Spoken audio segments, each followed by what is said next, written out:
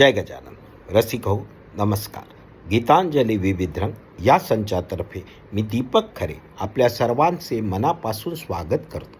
सध्या आपण रंगोत्सव साजरा करत आहोत, ज्याची सांगता रंगपंचमीला होते.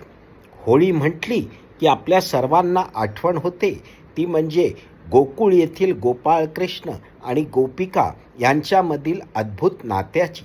आता सादर करीत असलेल्या गवळण गीतात पण गोपिका यशोदेकडे कृष्णाची गाऱ्हाणी कशी करतात ते ऐकूया. आमचा हा प्रयत्न आपल्याला आवडल्यास लाईक, शेअर, कमेंट अवश्य करावे आणि आमच्या संचाला अजून सबस्क्राईब केलं नसेल तर करावे ही विनंती. धन्यवाद. तुझ्या